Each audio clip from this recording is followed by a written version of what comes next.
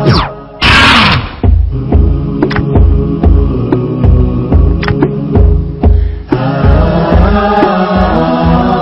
will not ask me on the day of judgment, is Osama bin Laden a terrorist or not? That is not my basis to pass the examination. That do you agree Saddam Hussein is a terrorist or not?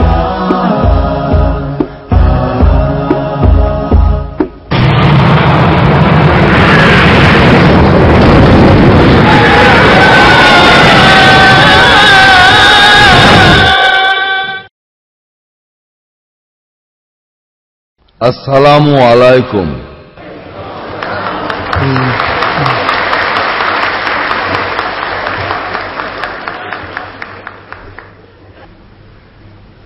ধর্মীয় স্বাধীনতা একটি মুখ্য বিষয় যুক্তরাষ্ট্রে।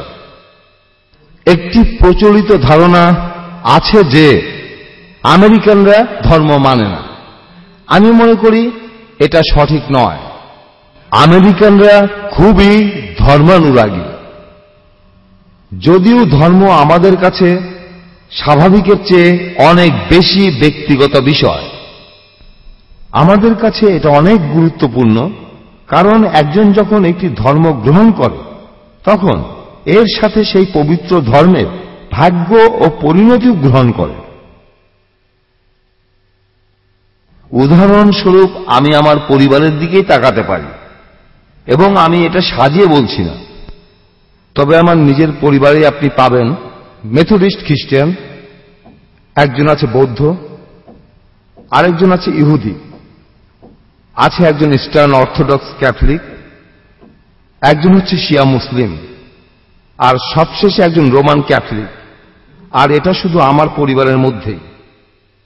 আর আমি আপনাদের বলছি যে বেশিরভাগ আমেরিকান পরিবারেই আপনি দেখতে পাবেন যে এক এক লোক এক এক ধর্ম পালন করছে, আর তারা নিজের ধর্মের ব্যাপারে খুবই আবেগপ্রবণ। এখানে যা দেখলাম, ইন্ডিয়ায় আমি অনেকবার এসেছি, অনেকবার আমি গিয়েছি লাদাখে, শ্রীনগরে, চেন্নাইতে। দেখেছি যে লড়াইটা যারা ধর্ম মানে আর মানে না তাদের মধ্যে নয়, লড়াইটা আসলে তাদের মধ্যে যারা সব ধর্মের ব্যাপারেই শ্রদ্ধাশীল আর যারা কোনো ধর্মের ব্যাপারেই শ্রদ্ধাশীল না। ইউনাইটেড স্টেটস বললেই মনে হবে কোকাকোলা, পেপসি, এমটিভি, উপভোগের আরো অনেক সামগ্রীর কথা, যা আপনি উপভোগই করবেন, যেগুলো জীবনে খুব বেশি গুরুত্বপূর্ণ না। তবে আমি আপনাদের বলবো যে আমেরিকা আমাদের এই পৃথিবীকে দিয়েছে সহিষ্ণুতা আর স্বাধীনতা, আর শিখিয়েছে এই সহিষ্ণুতা আর স্বাধীনতাকে শ্রদ্ধা করতে। আমেরিকা চায় পৃথিবীতে ক্ষমতার মধ্যে একটা ভারসাম্য থাকুক, প্রত্যেকটা মানুষ সম্পূর্ণ নিজের মতো করে স্বাধীনতা উপভোগ করুক। আমেরিকা এমন কোন পৃথিবী চায় না যেখানে আমেরিকাই নিয়ন্ত্রণ করবে এবং অন্যের স্বাধীনতা কেড়ে নেবে। বরং আমরা চাই যে আপনি আপনি আপনি আপনারা সবাই আমাদের সাহায্য করবেন ভারসাম্য রক্ষায়, যাতে আমরা এগিয়ে যেতে পারি স্বাধীনতার পথে।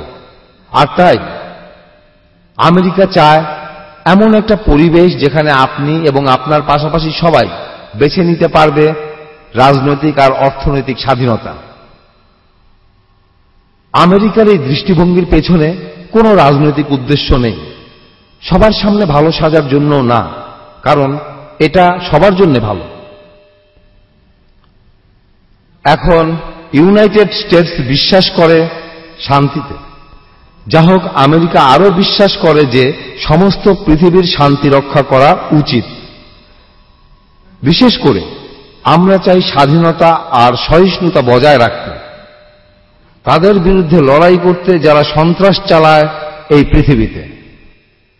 আমরা আমাদের সাধ্যমতো চেষ্টা করব, লড়াই করব, যাতে আমরা এই সন্ত্রাসী আক্রমণ ঠেকাতে পারি। যা হোক, যথাসাধ্য চেষ্টা বলতে আমি এটা বোঝাইনি যে বোমা, প্লেন, বন্দুক, ছুরি এগুলো না। আমি বলছি ভালো শিক্ষার কথা, ভালো স্বাস্থ্যকর পানির কথা, স্যানিটেশন, সুস্বাস্থ্যের কথা। আমি বলছি যাবতীয় হিসাবের পরীক্ষা নিরীক্ষার কথা। আমি বলছি আপনার সরকারকে সহযোগিতা করার কথা, পাশাপাশি অন্য দেশের সরকারকেও সাহায্য করা অপরাধ দমনের জন্য। আমি বলছি মাদকদ্রব্যের অবাধ বিচরণ বন্ধের কথা, এটা থেকেই অনেক সন্ত্রাসী তৈরি হয়। আমি বলতে চাচ্ছি মানুষ পাচার বন্ধ করার কথা, তাদের ইচ্ছার বিরুদ্ধে, যেখানে অন্য মানুষ তাদের ব্যবহার করবে। এই ব্যাপারটাই আসলে সন্ত্রাসের বিরুদ্ধে আমাদের যুদ্ধের মূল কথা। এটা দুর্ভাগ্যজনক যে আমাদের যুদ্ধটাই প্রায় সবার মনোযোগ কাড়ে। আসলে যেখানে আপনি, আমি, আমরা সবাই পৃথিবীব্যাপী এই সন্ত্রাসের বিরুদ্ধে যুদ্ধ করছি। সবার মধ্যে একটা ভুল ধারণা আছে যে আমেরিকা যে কোনোভাবেই ইসলামের বিরুদ্ধে। আমি আপনাদের বলছি এটা সম্পূর্ণভাবে, নিশ্চিতভাবে, পুরোপুরিভাবে ভুল। আমেরিকায় বিভিন্ন জায়গা থেকে মানুষ এসেছে, পৃথিবীর বিভিন্ন দেশের মুসলমানও এখানে রয়েছে। রয়েছে বাংলাদেশ, সৌদি আরব, পাকিস্তান, আফ্রিকা আর ইন্ডিয়ার মুসলমান। আর তাই আমেরিকার এই সন্ত্রাসের বিরুদ্ধে যুদ্ধ মানব সভ্যতার বিরুদ্ধে যুদ্ধ নয়, এটা আমেরিকা বনাম ইসলামের যুদ্ধ নয়। এই যুদ্ধের এক পক্ষ আমরা, যারা এখানে বসে আছি মানব সভ্যতার পক্ষ নিয়ে, অন্য পক্ষ এই মানব সভ্যতাকে ধ্বংস করতে চায়। এই সব বিপদের মোকাবেলা করতে আর আমাদের আশা জাগিয়ে রাখতে আমেরিকা আগেও আর এখনো জাতিসংঘ আর অন্যান্য আন্তর্জাতিক সংস্থার সাথে কাঁধে কাঁধ মিলিয়ে কাজ করে যাচ্ছে। এছাড়াও কাজ করে যাচ্ছে ইন্ডিয়ার মতো দেশের সাথে সন্ত্রাসের বিরুদ্ধে যুদ্ধ করার জন্য। আমরা জানি যে শুধু এক পক্ষের দৃষ্টিভঙ্গি, এমনকি সেটা যদি আমেরিকার দৃষ্টিভঙ্গি হয় সেটা যথেষ্ট নয়।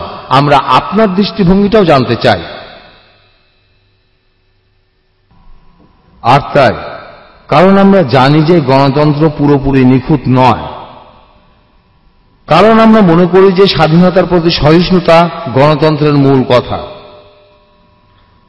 এটাই আমাদের কাছে মুখ্য বিষয়, ঠিক যেমন আপনাদের কাছে গণতান্ত্রিক দেশ ইন্ডিয়ার বিষয়টা। আপনারা পৃথিবীর সবচেয়ে বড় গণতান্ত্রিক দেশের নাগরিক। ইন্ডিয়া আমেরিকার মতোই বিভিন্ন জাতির মানুষের এক বিশাল গণতান্ত্রিক দেশ। আমাদের মতো আপনাদের সংবিধানও ইন্ডিয়ার সব মানুষকে তার নিজের ধর্ম পালন করার স্বাধীনতা দেয়। এটা খুব কঠিন কাজ। আমি বলবো না যে আমেরিকা মনে করে এটাই ঠিক। আমি বলবো না যে প্রত্যেক আমেরিকান এটা বিশ্বাস করে যতটা গভীরভাবে আমি বিশ্বাস করি সহিষ্ণুতা। তবে আমি শপথ করে বলছি এটাই আমেরিকার কাছে আদর্শ, যে সব ধর্মের স্বাধীনতা আর সহিষ্ণুতা আমাদের মূল আদর্শ। আর একইভাবে এই ইন্ডিয়াতে এটাই আপনাদের মূল আদর্শ। সবচেয়ে বড় গণতান্ত্রিক দেশ হিসাবে আমেরিকা ও ইন্ডিয়ার উচিত স্বাধীনতাকে সমর্থন করা। আপনাদের সাহায্য ছাড়া স্বাধীনতা রক্ষা করা যাবে না। আর তাই আসুন আমাদের সাথে যোগ দিন। আমরা যুদ্ধ করি স্বাধীনতার জন্য, ধর্ম পালনের স্বাধীনতার জন্য, এমন একটা সুন্দর ভবিষ্যতের জন্য যেটা এখানে বসে থাকা শিশুটি দেখবে, যেটা ভবিষ্যতে আমার সন্তান দেখবে। আর সেটা নির্ভর করবে এই কঠিন সময়ে আমাদের প্রচেষ্টা আর সহযোগিতার উপর। যা হোক, এই আদর্শের মিল স্বাধীনতার সহিষ্ণুতার প্রতি আমাদের এক সুতোয় বেঁধেছে। আমাদের মিলটা, সাদৃশ্যটা খুবই মূল্যবান। এটা আমাদের দায়িত্ব অনেক বাড়িয়ে দিয়েছে। আমরা কাজ করে যাব সুন্দর ভবিষ্যতের জন্য, আপনাদের এবং আমাদের। ধন্যবাদ। আসসালামু আলাইকুম।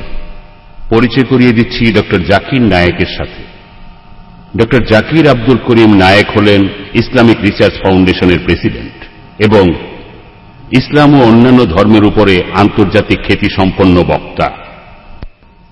তার প্রেরণাতেই ইসলামিক রিসার্চ ফাউন্ডেশনের এই প্রচেষ্টা, ইসলামকে সঠিকভাবে বুঝতে পারা আর ইসলাম সম্পর্কে মানুষের মধ্যে বিভিন্ন ভুল ধারণাগুলি দূর করা। এখন তিনি ইসলামের সত্যগুলো পৃথিবীর মানুষের সামনে তুলে ধরতে চান। মাত্র ৩৬ বছর বয়সী ডক্টর জাকির ইসলামের বিভিন্ন বিষয়ের ব্যাখ্যা দেন আর অকাট্যভাবে ইসলামের ভুল ধারণাগুলি খণ্ডন করেন পবিত্র কোরআন আর সহিহ হাদিসের উদ্ধৃতি দিয়ে, যুক্তি, বুদ্ধি আর বিজ্ঞান দিয়ে। ডক্টর জাকির নায়েক প্রচুর উদ্ধৃতি দেন পবিত্র কোরআন আর অন্যান্য ধর্মের বিভিন্ন গ্রন্থ থেকে। ডক্টর জাকির বিখ্যাত তার সুচিন্তিত মতামত এবং স্বতঃস্ফূর্ত আর অকাট্য উত্তরের জন্য। যেখানে দর্শকরা তাকে প্রশ্ন করেন, তার বক্তৃতার পরে কেউ কোনো সন্দেহ দূর করতে চান অথবা কোনো কিছু জানতে চান প্রশ্নের মাধ্যমে। তিনি ৬০০রও বেশি বক্তৃতা দিয়েছেন গত ৬ বছরে পৃথিবীর বিভিন্ন দেশে,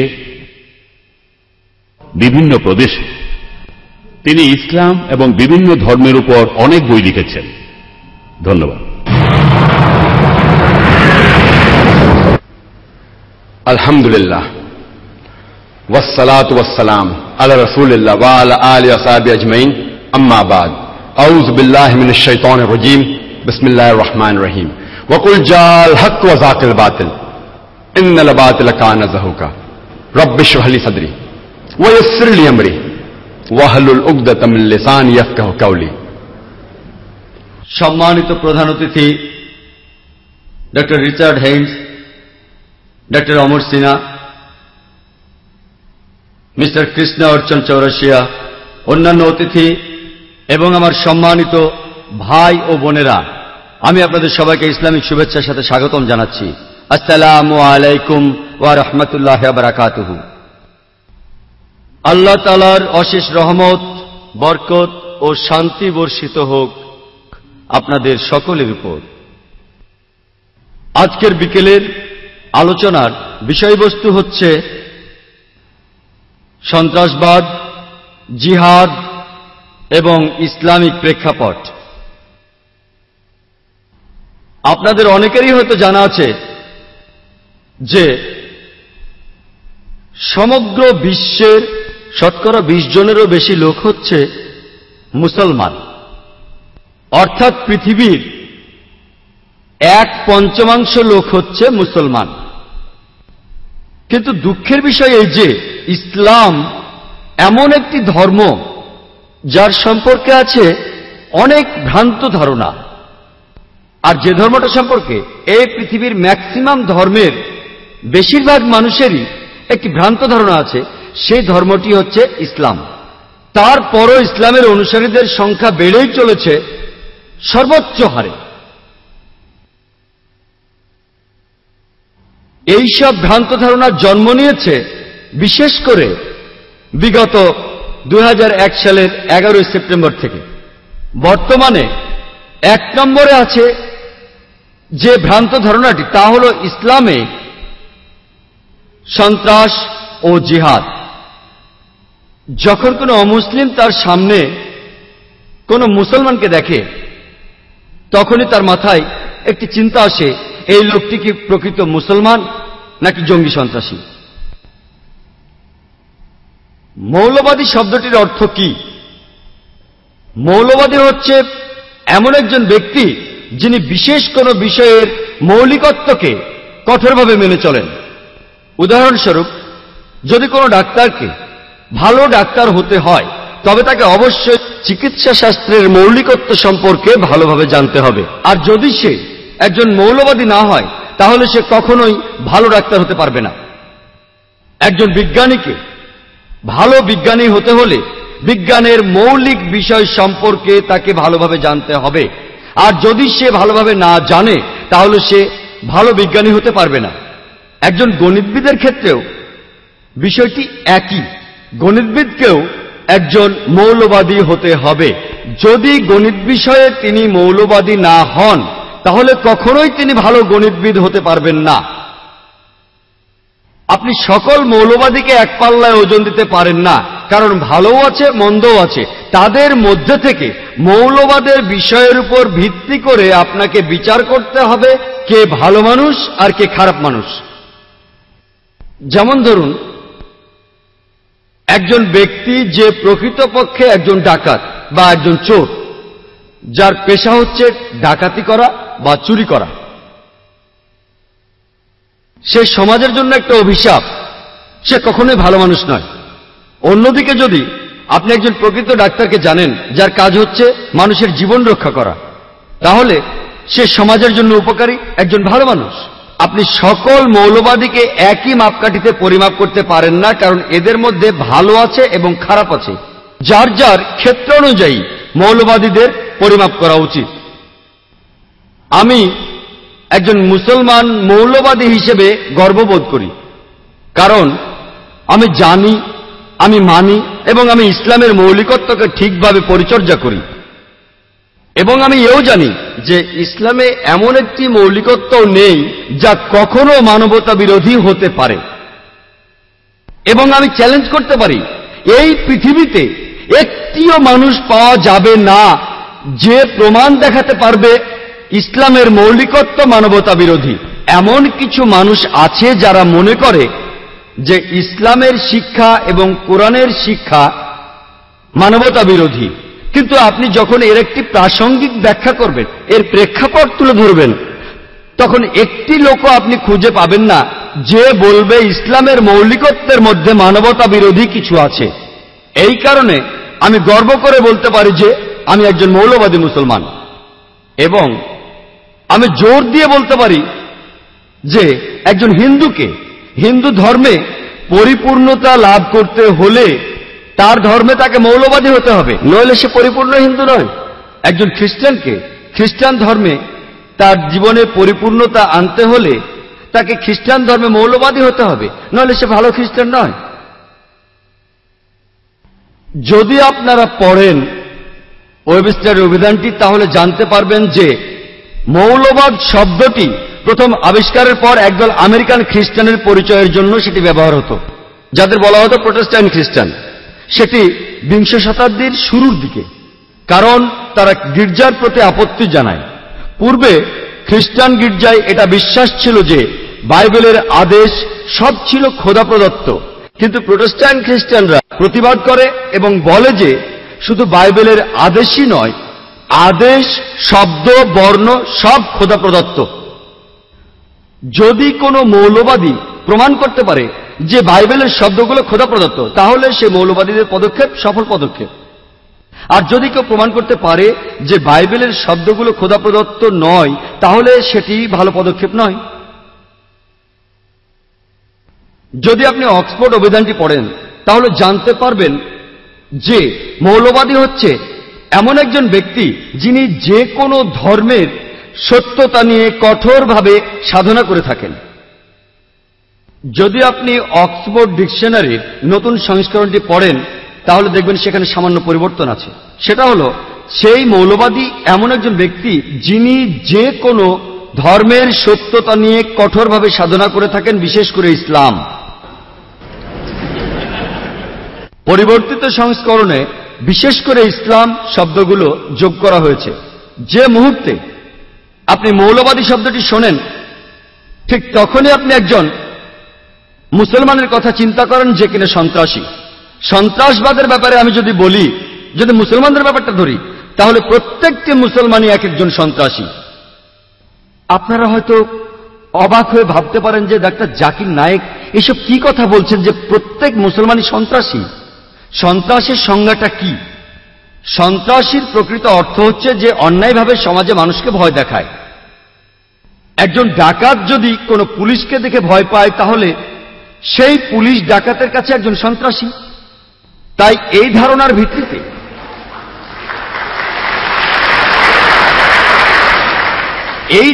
ভিত্তিতে ডাকাতের কাছে প্রতিটি মুসলমানই এক একজন সন্ত্রাসী। যখন একজন ডাকাত মুসলমানকে দেখে তখন সে ভয় পায়, যখন একজন ধর্ষণকারী মুসলমানকে দেখে তখন সে ভয় পায়। এইভাবে প্রতিটি অসামাজিক কার্যকলাপে প্রত্যেকটি মুসলমানের এক একজন সন্ত্রাসী হওয়া উচিত। আমি মনে করি সন্ত্রাসী শব্দটি এমন একজন ব্যক্তির ক্ষেত্রে প্রযোজ্য যে অন্য কোনো নিরীহ ব্যক্তিকে ভয়ভীতি প্রদর্শন করে। এক্ষেত্রে কোনো মুসলমান কোনো নিরীহ ব্যক্তিকে ভয়ভীতি প্রদর্শন করে না। মুসলমানদের উচিত পরিকল্পনা অনুসারে অসামাজিক কাজের বিরুদ্ধে রুখে দাঁড়ানো, এবং বেশিরভাগ ক্ষেত্রে একজন 60 বছর পূর্বে যখন আমরা ব্রিটিশদের দ্বারা শাসিত ছিলাম, যখন তারা ভারতকে শাসন করত, তখন কিছু ভারতবাসী আমাদের স্বাধীনতার জন্য লড়েছিল। এই কতিপয় ভারতবাসী ব্রিটিশ সরকারের কাছে সন্ত্রাসী হিসেবে পরিচিত ছিল, কিন্তু ওই সকল ব্যক্তি আবার সাধারণ ভারতবাসীর কাছে পরিচিত ছিল একজন দেশপ্রেমিক এবং মুক্তিযোদ্ধা হিসেবে। একই ব্যক্তি, একই কর্মকাণ্ড, কিন্তু পরিচয় হচ্ছে দুটো। এক দলের কাছে তাদের পরিচয় হচ্ছে সন্ত্রাসী, আরেক দলের কাছে মুক্তিযোদ্ধা, দেশপ্রেমিক। একই ব্যক্তি, একই কর্মকাণ্ড, পরিচয় হচ্ছে তা দুটো। সুতরাং কোনো ব্যক্তিকে কোনো লেভেলে ফেলতে হলে আপনাকে খুঁজে বের করতে হবে যে সেই ব্যক্তিকে ওই লেভেলে ফেলার কারণটা কি। যদি আপনি একমত হন ব্রিটিশ সরকারের সাথে যে ব্রিটিশদের এই ভারত শাসন করা উচিত, তাহলে আপনি ওই ব্যক্তিদের সন্ত্রাসী বলতেই পারেন। কিন্তু আপনি যদি একমত হন ভারতবাসীর সাথে যে ব্রিটিশরা ভারতে এসেছিল শুধু ব্যবসা করতে, শাসন করতে নয়, তাহলে ওই ব্যক্তিদের আপনি বলবেন মুক্তিযোদ্ধা। দেখুন, একই ব্যক্তি, একই কর্মকাণ্ড, পরিচয় হচ্ছে তা দুটো। এখন আমি আপনাদের কাছে একজনের নাম বলবো, তিনি নেলসন ম্যান্ডেলা, যিনি রাষ্ট্রপতি ছিলেন নতুন স্বাধীন দক্ষিণ আফ্রিকার। এর আগে যে সরকার ছিল শ্বেতাঙ্গদের সরকার, তারা ম্যান্ডেলাকে আখ্যায়িত করেছিল একজন সন্ত্রাসী হিসেবে, আর আফ্রিকানদের কাছে ওই ম্যান্ডেলাই একজন বীর হিসেবে পরিচিত। একই ব্যক্তিকে শ্বেতাঙ্গরা বলল সন্ত্রাসী, আর কৃষ্ণাঙ্গরা তাকে বলল বীর। একই ব্যক্তি, একই কর্মকাণ্ড, পরিচয় তার দুটো। যদি আপনি একমত হন দক্ষিণ আফ্রিকার শ্বেতাঙ্গ সরকারের সাথে যে আপনার গায়ের রং আপনাকে সর্বশ্রেষ্ঠ করেছে এবং আপনার গায়ের রংটি হচ্ছে সাদা, তাহলে আপনি নেলসন ম্যান্ডেলাকে এই পৃথিবীর শ্রেষ্ঠ সন্ত্রাসী মনে করতে পারেন।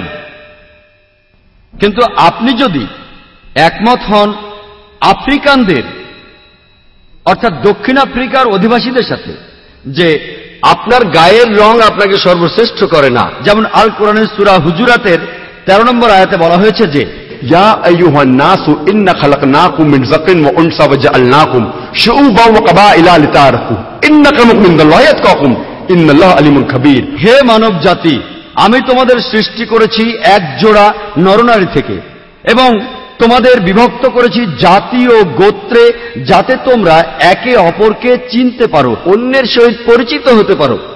এবং আল্লাহ তাআলার চোখে সবচেয়ে সম্মানিত ব্যক্তি হলেন মুত্তাকি। আল্লাহ মানুষের বর্ণ, লিঙ্গ, সম্পদের উপর বিচার করেন না, বিচার করেন তাকওয়ার উপর। এটা হলো নিরপেক্ষতা, ধর্মতান্ত্রিকতা এবং খোদার প্রতি সচেতনতা। আপনি যদি কোরআনের সাথে একমত হন এবং যেভাবে আমাদের মহানবী সাল্লাল্লাহু আলাইহি ওয়াসাল্লাম বিদায় হজের সময় বলেছিলেন যে আজ থেকে সমস্ত ভেদাভেদ শেষ হয়ে গেল, তিনি বলেন অনারবদের কাছে আরবরা শ্রেষ্ঠ নয়, আরবদের কাছে অনারবরা শ্রেষ্ঠ নয়, শ্বেতাঙ্গদের কাছে কৃষ্ণাঙ্গরা শ্রেষ্ঠ নয়, কৃষ্ণাঙ্গদের কাছে শ্বেতাঙ্গরা শ্রেষ্ঠ নয়, একমাত্র নৈতিক মূল্যবোধ ছাড়া। তাই যদি আপনি কোরআনের দৃষ্টি এবং আমাদের প্রিয় নবী হযরত মুহাম্মদ সাল্লাল্লাহু আলাইহি সাল্লামের সঙ্গে একমত হন, তাহলে আপনি ম্যান্ডেলাকে সন্ত্রাসী না বলে এমন একজন ব্যক্তি হিসেবে আখ্যায়িত করবেন যে তার অধিকারের জন্য লড়াই করেছে।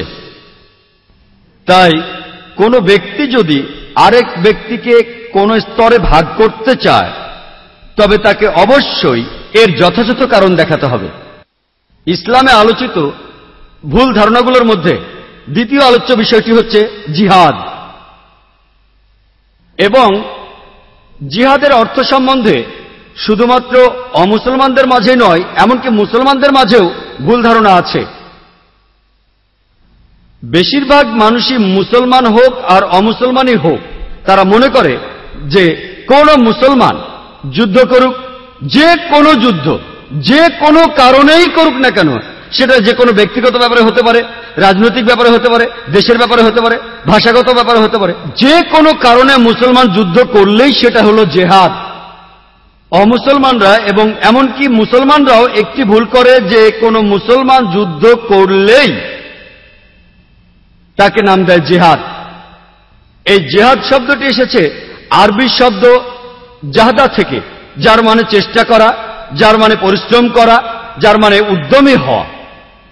এবং ইসলামিক অভিধান অনুযায়ী জিহাদ শব্দটির অর্থ কারো অসৎ প্রবৃত্তির বিরুদ্ধে সর্বশক্তি দিয়ে লড়াই করা। জিহাদের অর্থ হল চেষ্টা করা, সমাজের উন্নতি করা। এর মানে যুদ্ধক্ষেত্রে যুদ্ধ করে আত্মরক্ষা করাকেও বোঝায়, এবং এর অর্থ অন্যায় এবং অত্যাচারের বিরুদ্ধে লড়াই করা। জিহাদ যে মূল শব্দ জাহাদা থেকে এসেছে, তার অর্থ পরিশ্রম করা, তার অর্থ চেষ্টা করা। উদাহরণস্বরূপ, যদি কোনো ছাত্র চেষ্টা করে পরীক্ষায় পাশ করার জন্য, তাহলে তাকে আরবিতে বলে সে জিহাদ করছে, সে চেষ্টা করছে, পরীক্ষায় পাশের জন্য সে পরিশ্রম করছে।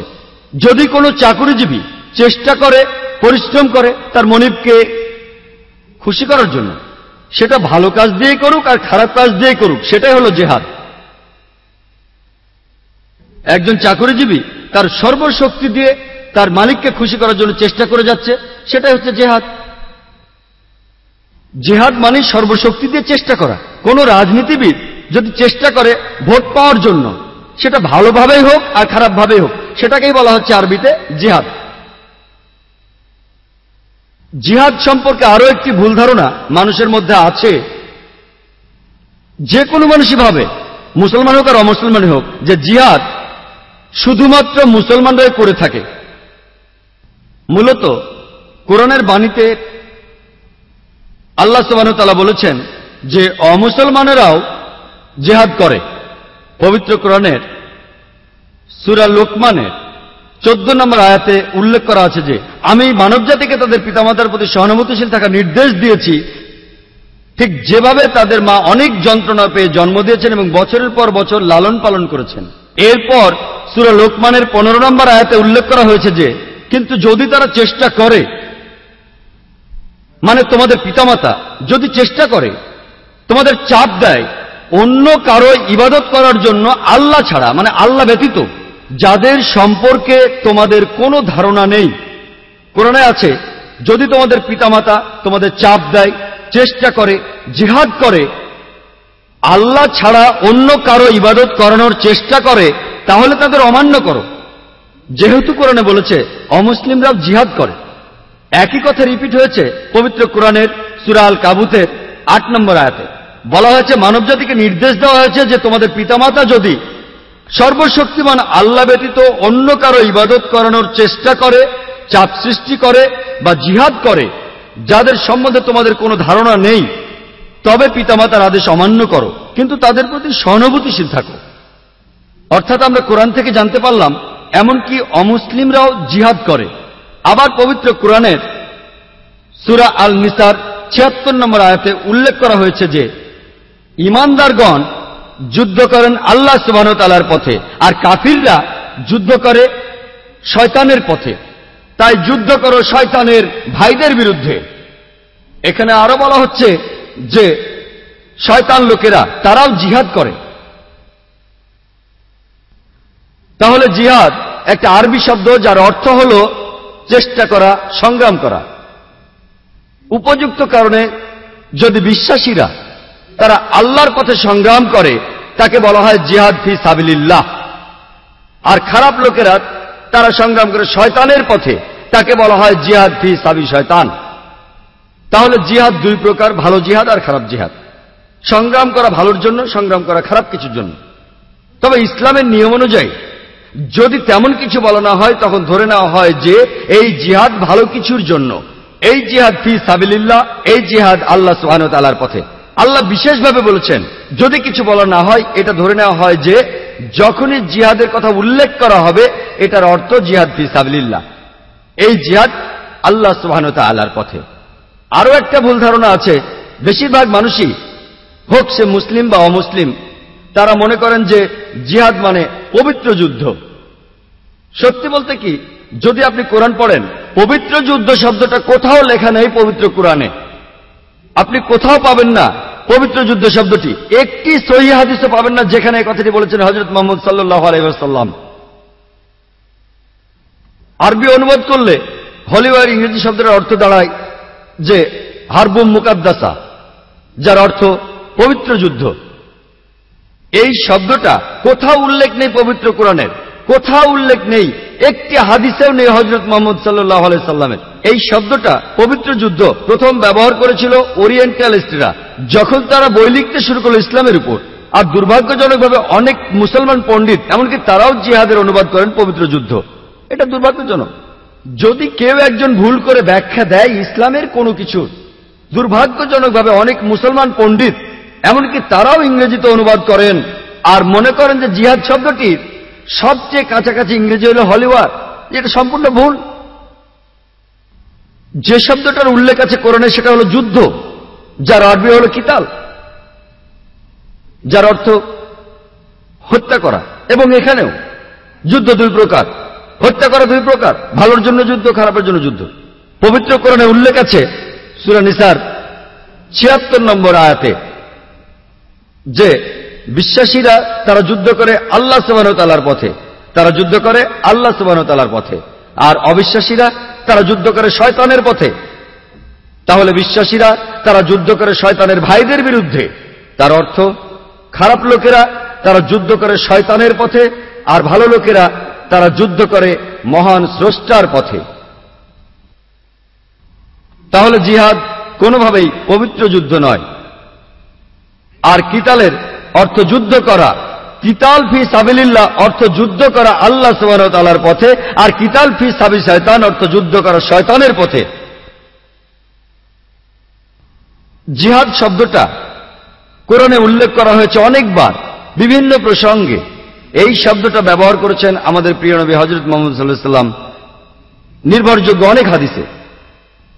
যদি আপনি কোরআন পড়েন, পবিত্র কোরআনের সূরা হজের ৭৮ নম্বর আয়াতে উল্লেখ করা আছে যে চেষ্টা করো আল্লাহ সুবহানাহু ওয়া তাআলার পথে, যেভাবে চেষ্টা করা উচিত, আন্তরিকভাবে আর নিয়মের সাথে। চেষ্টা করো আল্লাহ সুবহানাহু ওয়া তাআলার পথে আর যেভাবে তোমার চেষ্টা করা উচিত।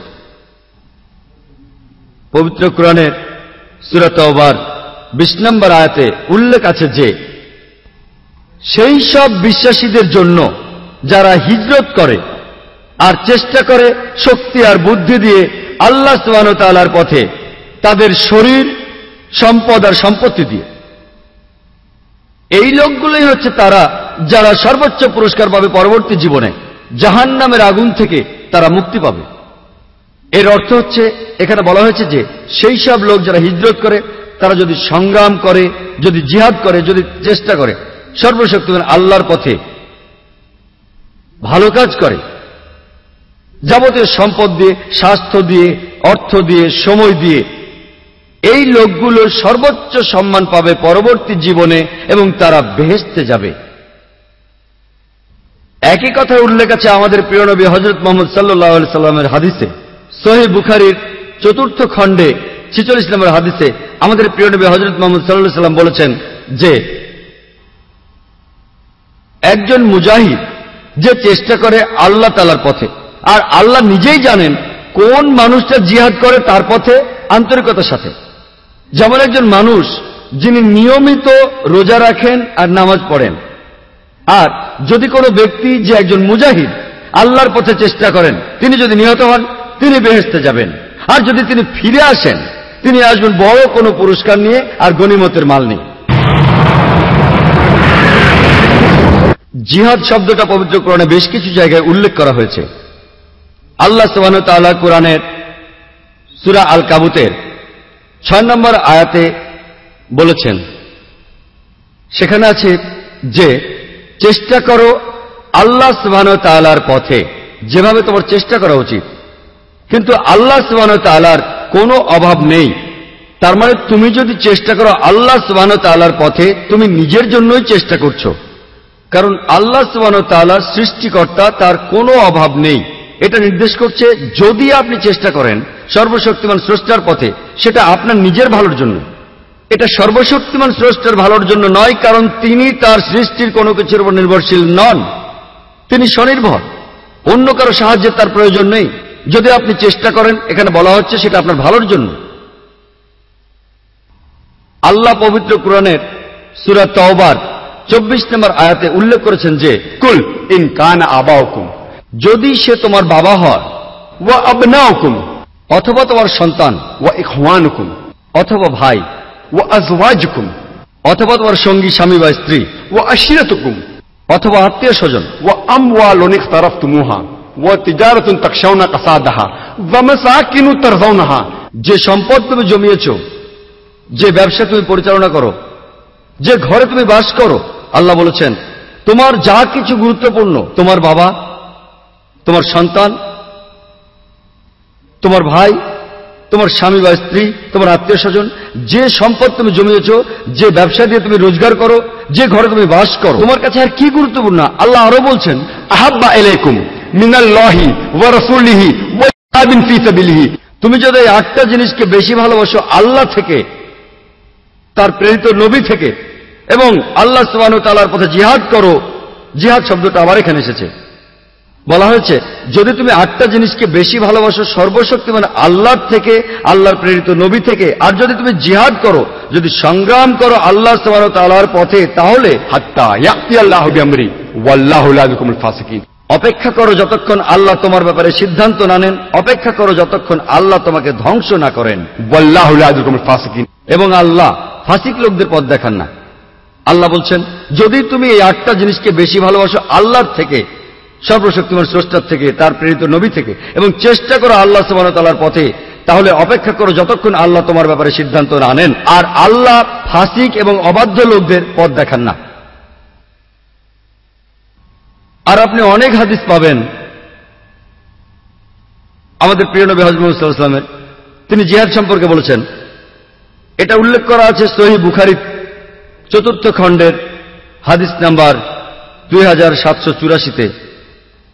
এখানে বলা হয়েছে হযরত আয়েশা রাদিয়াল্লাহু তাআলা আনহা, তিনি হযরত মুহাম্মদ সাল্লাল্লাহু আলাইহি ওয়াসাল্লামের স্ত্রী, জিজ্ঞেস করলেন হযরত মুহাম্মদ সাল্লাল্লাহু আলাইহি ওয়াসাল্লামকে আমাদেরকে জিহাদে যাওয়া উচিত নয়, এবং মহানবী সাল্লাল্লাহু আলাইহি ওয়াসাল্লাম বললেন তোমাদের জন্য জিহাদ হলো একটি নির্ভুল হজ। অন্য আরেকটি জায়গায় এটার উল্লেখ আছে সহিহ বুখারীর 5792 নম্বর হাদিসে, যে একজন লোক মহানবী সাল্লাল্লাহু আলাইহি ওয়াসাল্লামের কাছে আসলো এবং বলল যে আমার কি জিহাদে যাওয়া উচিত? আর এখানে জিহাদ সংগ্রাম করা বলতে বোঝানো হচ্ছে খারাপ লোকদের বিরুদ্ধে যুদ্ধ করা। তো লোকটা জিজ্ঞেস করলো আমার কি জিহাদে যাওয়া উচিত খারাপ লোকদের বিরুদ্ধে যুদ্ধ করতে? তখন হযরত মুহাম্মদ সাল্লাল্লাহু আলাইহি ওয়াসাল্লাম জিজ্ঞেস করলেন তোমার কি বাবা মা আছেন? লোকটা বলল আছে। মহানবী সাল্লাল্লাহু আলাইহি ওয়াসাল্লাম বললেন তোমার জন্য সর্বশ্রেষ্ঠ জিহাদ হলো তোমার বাবা মায়ের সেবা করা।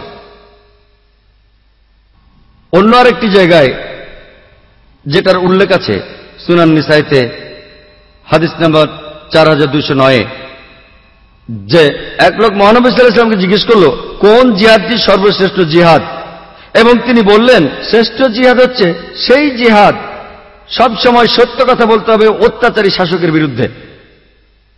এখানে আপনারা দেখলেন যে বিভিন্ন পরিস্থিতির কারণে সর্বশ্রেষ্ঠ জিহাদ, The best type of struggling keeps on differing. কোন সময় মহানবী বলেছেন শ্রেষ্ঠ জিহাদ হলো সঠিক নিয়মে হজ করা, That is the perfect pilgrimage. আরেক জায়গায় মহানবী বলেছেন শ্রেষ্ঠ জিহাদ হলো তোমার বাবা মায়ের সেবা করা। অন্য আরেক জায়গায় মহানবী বলেছেন শ্রেষ্ঠ জিহাদ, শ্রেষ্ঠ সংগ্রাম, শ্রেষ্ঠ প্রচেষ্টা হলো সত্যি কথা বলা অত্যাচারী শাসকের বিরুদ্ধে। এবং প্রিয় নবী মুহাম্মদ সাল্লাল্লাহু আলাইহি ওয়াসাল্লাম বলেছেন, এটার উল্লেখ আছে সহিহ ইবনে হাব্বানে, যে মহানবী বলেছেন একজন মুজাহিদ যে চেষ্টা করে, একজন মুজাহিদ সেই ব্যক্তি যে চেষ্টা করে নিজের বিরুদ্ধে যুদ্ধ করে আল্লাহ সুবহানাহু ওয়া তাআলার কারণে, এবং আরেকজন মুহাজির যে দেশ ত্যাগ করে, হিজরত করে মন্দ থেকে ভালোর দিকে। এখানে আপনি পাবেন যে জিহাদ বিভিন্ন প্রসঙ্গে ব্যবহার করা হয়েছে, আর পরিস্থিতির উপর নির্ভর করে সর্বশ্রেষ্ঠ জিহাদ বিভিন্ন রকম হয়েছে। তাহলে জিহাদ সম্পর্কে ধারণা পেতে গেলে আপনাকে পড়তে হবে ইসলামের ধর্মগ্রন্থগুলি, অর্থাৎ পবিত্র কোরআন এবং সহিহ হাদিস মহানবী সাল্লাল্লাহু আলাইহি সাল্লামের। এবং এখানে আমরা দেখতে পাই পবিত্র কোরআনে আল্লাহ সুবহানাহু ওয়া তাআলা বলছেন সূরা বাকারার 208 নম্বর আয়াতে উল্লেখ করা আছে, বলা হয়েছে যে Ya ayyuhallazina amanu udkhulu fis silmi kaffa. ও তুমি বিশ্বাস করো ইসলামের জগতে প্রবেশ করো সমস্ত অন্তর দিয়ে, এবং অনুসরণ করো না খুতওয়াতুন শয়তান, শয়তানের দেখানো পথ। এখানে আল্লাহ নির্দিষ্ট করে বলেছেন যে ও তুমি বিশ্বাস করো, ও বিশ্বাসীরা অনুসরণ করো না শয়তানের দেখানো পথ। অনেক জায়গায় কোরআন বলছে শয়তানকে অনুসরণ করো না, কিন্তু এখানে আল্লাহ বলছেন অনুসরণ করো না শয়তানের দেখানো পথ। এখানে কি কোনো পার্থক্য আছে শয়তান আর শয়তানের দেখানো পথের মধ্যে? কেন আল্লাহ সুবহানাহু ওয়া তাআলা শব্দগুলি বদলালেন? এটার কারণ হলো, কারো যদি সামান্যতম ঈমান থাকে, বিশ্বাস থাকে, উদাহরণস্বরূপ বলা যায়, যদি কোনো যুবতী মেয়ে আসে এবং তাকে বলে যে চলো আমরা রাতে একসাথে থাকি, যেহেতু লোকটার বিশ্বাস আছে তাই সে বলবে না, কখনোই না, এটা সম্পূর্ণ নিষিদ্ধ, এটা গুনাহ এবং সে এটা করবে না। কিন্তু এই একই ব্যক্তি যার সামান্য বিশ্বাস আছে, যদি কোনো যুবতীর ফোন আসে, সে বলবে কোনো ক্ষতি নেই যুবতীর সাথে কথা বললে, তাই সে বারবার ফোনে কথা বলল। কিছুদিন পর সেই মেয়েটি বলল চলো আমরা একসাথে চা খাই বাইরে, আর কিছুদিন পর সে চা খেতে গেল। তখন সে ম্যাকডোনাল্ডসের মতো কোনো হোটেলে যেতে পারে আর ম্যাকডোনাল্ডসেই গেল। কিছুদিন পর তারা যেতে পারে কোনো রেস্টুরেন্টে ডিনার করার জন্য, এবং আর কিছুদিন পর তারা একসঙ্গে রাত কাটাতে পারে একটা হোটেলে।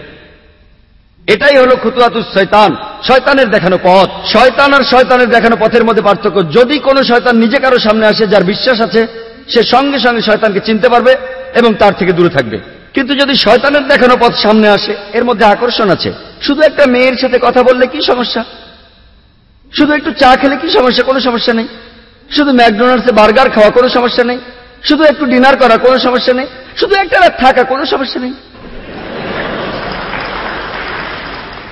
তাই আল্লাহ কোরআনে বলছেন, তিনি আমাদের জন্য পথ নির্দেশ দিয়েছেন, ও তোমরা বিশ্বাস করো, ইসলাম গ্রহণ করো অন্তর দিয়ে। ইয়া আইয়ুহাল্লাযীনা আমানু উদখুলু ফিস-সিলমি কাফা, এবং অনুসরণ করো না খুতুয়াতুস শয়তান, শয়তানের দেখানো পথ, কারণ সে তোমার জন্য একটি ঘোষিত শত্রু। এবং সর্বশ্রেষ্ঠ উপায়গুলির একটি সর্বশ্রেষ্ঠ জিহাদ, একটি সর্বশ্রেষ্ঠ সংগ্রাম হলো তাদের কাছে সত্যের বাণী নিয়ে যাওয়া যারা এটা সম্পর্কে জানে না। একটি সর্বশ্রেষ্ঠ জিহাদ হলো দাওয়া, পৌঁছে দেওয়া ইসলামের সত্যের বাণী, সত্যকে পৌঁছে দেওয়া তাদের কাছে যারা এটা সম্পর্কে জানে না। এবং আল্লাহ পবিত্র কোরআনে সূরা আল ইমরানের 110 নম্বর আয়াতে উল্লেখ করেছেন যে কুনতুম খায়রা উম্মাতিন উখরিজাত লিন-নাস, ও মুসলমানেরা, তোমরা সমগ্র মানব জাতির মধ্যে সর্বশ্রেষ্ঠ। আল্লাহ আমাদের সম্মান দিয়েছেন এবং বলছেন মানব জাতির মধ্যে শ্রেষ্ঠ। কোন সম্মানই দায়িত্ব ছাড়া আসে না। আল্লাহ আরো বলছেন এবং আমাদের দায়িত্ব দিয়েছেন, তা'মিরুনা বিল মা'রুফি ওয়া তানহাউনা আনিল মুনকার ওয়া তু'মিনুনা বিল্লাহ, কারণ তুমি উৎসাহিত করো ভালো কাজে, নিষেধ করো খারাপ কাজে, আর তুমি আল্লাহকে বিশ্বাস করো। যে কারণে আল্লাহ সর্বশক্তিমান আমাদের মানব জাতির মধ্যে শ্রেষ্ঠ বলেছেন, সেটা হলো আমরা মানুষকে ভালো কাজে উৎসাহিত করি, খারাপ কাজে নিষেধ করি। যদি আপনি উৎসাহিত না করেন ভালো কাজে এবং যদি কোনো ব্যক্তিকে নিষেধ না করেন খারাপ কাজ করতে, সে মুসলমান বলে ডাকার যোগ্য নয়, সে এই নামে ডাকার উপযুক্ত নয়। খায়রা উম্মাহ, যারা মানুষের মধ্যে সর্বশ্রেষ্ঠ। তাই যে কারণে আমাদের এই সম্মান দেওয়া হয়েছে তা হলো ভালো কাজে মানুষকে উৎসাহিত করা এবং খারাপ কাজে নিষেধ করা। আর আমি শুরু করেছিলাম পবিত্র কোরআনের একটি আয়াত দিয়ে। সূরা ইসরার 81 নম্বর আয়াতে উল্লেখ আছে যে ওয়াকুল জাল হক ওয়া যাকাল বাতিল ইন্নাল বাতিলা কানা যাহুকা, যখন সত্যকে মিথ্যের মতো শোনায়, মিথ্যে ধ্বংস হয়, কারণ মিথ্যে তার নিজের কারণে নিজে ধ্বংস হতে বাধ্য। এটা একটা কর্তব্য প্রত্যেক মানুষের জন্য। তার উচিত হবে সত্যটা পৌঁছে দেয়া তাদের কাছে যারা এটা সম্পর্কে কিছুই জানে না। এটাই কারণ একটি প্রধান শর্ত, যে কোনো মানুষের বেহেশত পেতে হলে কিছু শর্ত পবিত্র কোরআনে সূরা আল আসরের 1 থেকে 3 নম্বর আয়াতে উল্লেখ করা হয়েছে যে ওয়াল আসর ইন্নাল ইনসানা লাফি খুসর ইল্লাল্লাযিনা আমানু ওয়া আমিলুস সলিহাতি ওয়া তাওয়াসাউ বিল হক ওয়া তাওয়াসাউ বিস সবর। সময়ের সাথে সাথে সবকিছুই হারিয়ে যাবে, শুধু থাকবে যাদের বিশ্বাস আছে, যারা ভালো কাজ করে, যারা মানুষকে সত্যের পথে নিয়ে আসে এবং যারা মানুষকে ধৈর্য ও অধ্যবসায়ের পথে নিয়ে আসে। শুধুমাত্র বিশ্বাস আপনাকে বেহেশতে নিয়ে যেতে পারে না, বিশ্বাসের পাশাপাশি আপনাকে ভালো কাজ করতে হবে, মানুষকে সত্যের পথে নিয়ে আসতে হবে এবং মানুষকে ধৈর্য আর অধ্যবসায়ের পথে আনতে হবে। যদি এর কোনো একটি শর্ত পূরণ না হয়, সাধারণ অবস্থায় কোরআনের আয়াত অনুযায়ী আপনি প্রবেশ করতে পারবেন না জান্নাতে, আপনি পাবেন না বেহেশত। এবং আজকে আমরা দেখি যে আন্তর্জাতিক মিডিয়া, হোক সেটা স্যাটেলাইট টিভি চ্যানেল, হোক সেটা খবরের কাগজ, হোক সেটা কোনো ম্যাগাজিন, আপনি দেখবেন যে ইসলামকে তোপের মুখে রাখা হয়েছে। এমনকি ইন্টারনেটেও বহু মিথ্যে খবর আছে ইসলাম সম্পর্কে। এবং আমি ব্যক্তিগতভাবেও রিচার্ড হেন্ডসের মন্তব্যের সাথে একমত, যিনি আমেরিকার কনসাল জেনারেল চেন্নাইতে। তিনি বলেছিলেন যে আমেরিকান জাতি কখনো ইসলামের বিরুদ্ধে নয়। আমি তার সাথে একমত। আমি বেশ কয়েকবার আমেরিকা গিয়েছি। আমেরিকার সমস্ত লোকজন আমি তার সাথে একমত। আমেরিকার সমস্ত লোকজন ইসলামের বিরুদ্ধে নয়। আর একই কথা আমি ইন্ডিয়ান ভাইদের বলছি যে ইন্ডিয়ান হিন্দুরা সবাই ইসলামের বিপক্ষে না, তারা বিপক্ষে না। আমাদের অনেক হিন্দু বন্ধু রয়েছে, কোনো সমস্যা নেই। এটা হতে পারে ছোট্ট একটা দল ইন্ডিয়ানদের, নিজেদের সুবিধার জন্য তারা ইসলামের নিন্দা করে। এটা হতে পারে ছোট্ট একটা দল ইউরোপিয়ানদের, নিজেদের লাভের জন্য তারা চেষ্টা করে ইসলামের নিন্দা করতে, তাদের নিজেদের ব্যক্তিগত কারণ। কিছু মানুষ কারণ তারা ক্ষমতা যেতে চায়। এটা একটা সহজ ভোট ব্যাংক, দুই ধর্মের মানুষকে আলাদা করে রাখা। কিছু মানুষ রাষ্ট্রপ্রধানের ভুলগুলোকে নিয়ে যায় অন্য পথে, তার চিন্তাটাকে অন্যদিকে নিয়ে যায়, অন্য আরেক ঘটনা তৈরি করে ইসলামকে তোপের মুখে রেখে। তাই আমি মেনে নিচ্ছি যে সব মিলিয়ে আমেরিকান জাতি ইসলামের বিপক্ষে না, সব মিলিয়ে ইন্ডিয়ান অমুসলিমরা ইসলামের বিপক্ষে না। এটা শুধুমাত্র হাতে গোনা কয়েকজন, আর এই কটা লোকই মিডিয়াকে কন্ট্রোল করছে।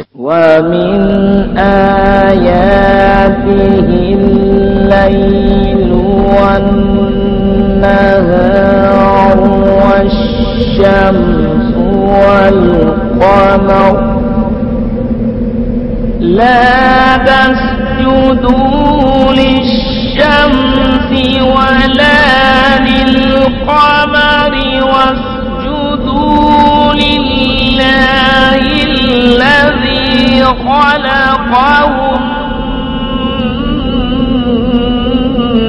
إن